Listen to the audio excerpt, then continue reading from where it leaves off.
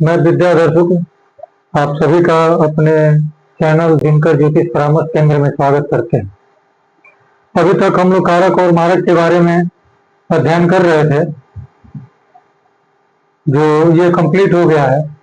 अब आपको आज हम बताएंगे कि किस भाव का कौन सा ग्रह कारक होता है। क्यों कि जब भाव के कारकों को जान जाएंगे कि कौन सा ग्रह किस भाव के कारक है, तो आप उसको आसानी से समझने का, कुछ भी समझ करके कुछ भी बताने के लिए जो है आप सक्षम हो जाएंगे। क्यों कि मान लीजिए किसी भाव का कौन सा कारक है वो पीड़ित है, तो क्या उस भाव का फल आपको मिलेगा कि नहीं मिलेगा। तो इन सब चीजों की जानकारी के लिए कारक जानना जरूरी होता है कि कुंडली में किस भाव के कौन सा ग्रह कारक होता है। तो हम लोग कारक के बारे में बात करेंगे। एक चक्र हमने ये बना हुआ है, ये किसी भी लग्न का चक्र नहीं है, केवल एक जो कुंडली है उसको बनाया गया है, केवल ग्रहों को दिखाया गया है। आप लोग जानते हैं कि कुंडली में कभी भी यहाँ से हम लोग काउंट करते हैं, ये पहला घर होता है, ये दूसरा घर होता है, तीसरा घर, ये चौथा घर, ये पांचवा घर, ये छठवां घर, ये सातवां घर, ये आठवां घर, ये नौवां घर, ये दसवां घर, ये 11वां घर और ये 12वां घर। तो इसमें हम लोगों ने ग्रहों को बनाया हुआ है। यहाँ हमने लिखा है कारक ग्रह, इसका मतलब कि किस भाव का कौन सा ग्रह कारक होता है।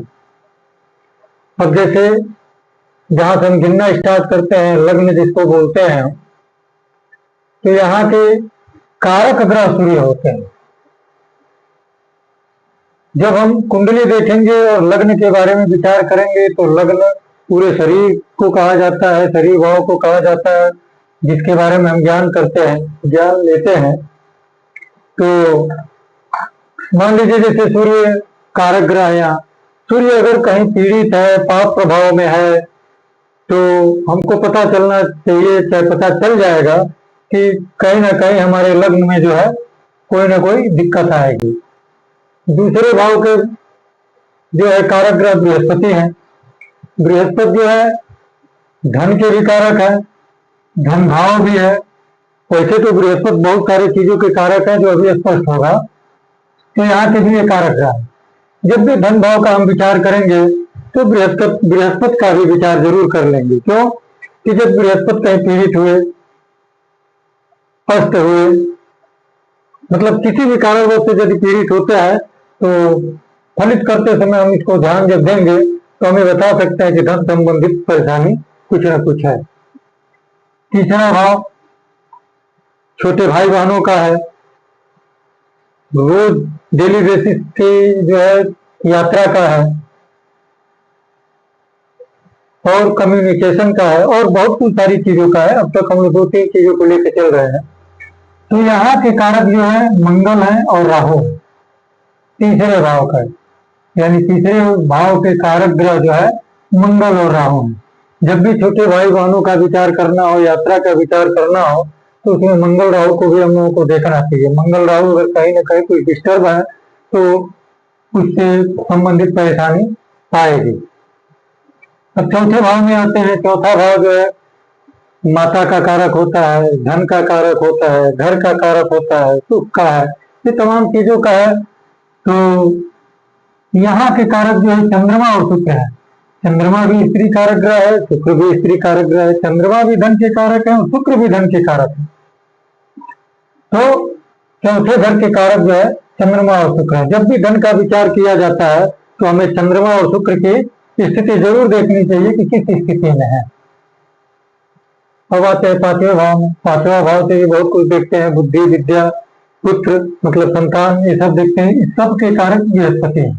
जब भी किसी के पुत्र के बारे में विचार करना हो, किसी के विद्या के बारे में विचार करना हो, किसी के बुद्धि, विकास, ज्ञान के बारे में बात करना हो, यहाँ तक कि हार्ट अटैक की एक बात भी आती है, यदि उस पर विचार करना हो, तो उस समय हमको बृहस्पति को देखना चाहिए कि बृहस्पति की स्थिति क्या है। बृहस्पति अच्छे पोजीशन में है कि बुरे पोजीशन में है। बुरे पोजीशन का मतलब पाप प्रभाव में होना, अस्त होना, शत्रु भाव में होना, ये सारी चीजें होती है, इसको देखना चाहिए।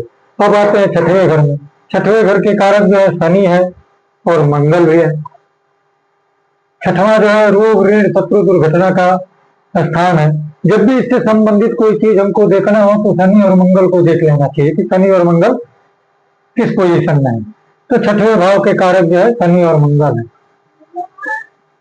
अब आते हैं सातवें घर में। सातवें भाव में शुक्र है।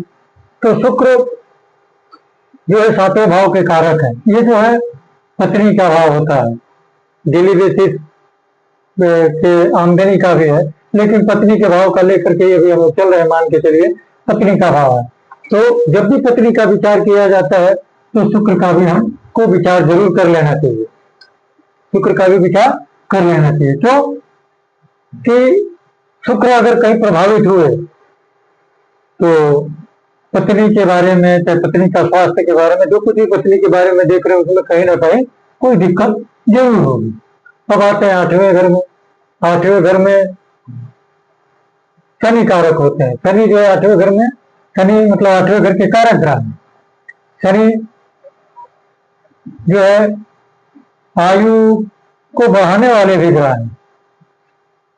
आठवें घर के बारे में जानते हैं आप, ये भी अच्छा घर नहीं माना जाता है। आठवें घर से संबंधित जब भी कोई विचार करना है तो शनि के बारे में, मतलब शनि को भी ठीक से देख लेना चाहिए कि शनि हमारे किस स्थिति में है। अब आते हैं नौवें भाव में।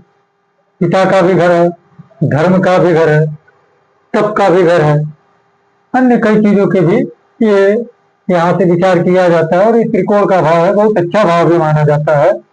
तो जब भी इस घर से संबंधित कोई विचार करना है, पिता के बारे में या आपके आध्यात्म के बारे में, किसी भी चीज के बारे में जब यहाँ से विचार जब हम करेंगे तो उस समय सूर्य और बृहस्पति की स्थिति को देख लेना चाहिए, क्योंकि सूर्य और बृहस्पति यहाँ के कारक हैं। अब आते हैं 10वें घर में। इस 10वें घर में मतलब 10वें भाव में या 10वें घर में, दोनों में तो कुछ नहीं कर सकते घर या भाव। तो 10वें घर में के कारक जो है बृहस्पति और बुध दोनों। तो जब भी 10वें घर से हम अपना कर्म देखते हैं, क्या कर्म करेंगे, कैसे कर्म करेंगे। तो जब भी इस घर से कोई विचार करना हो तो उस समय भी हमको ये ध्यान देना चाहिए कि यहाँ का कारक ग्रह जो है कैसा है, उसकी स्थिति कैसी है, कहीं पाप प्रभाव में तो नहीं है, पीड़ित तो नहीं है, अस्त तो नहीं है, शत्रु क्षेत्री तो नहीं हो गया, मतलब शत्रु के घर में तो नहीं बैठा है।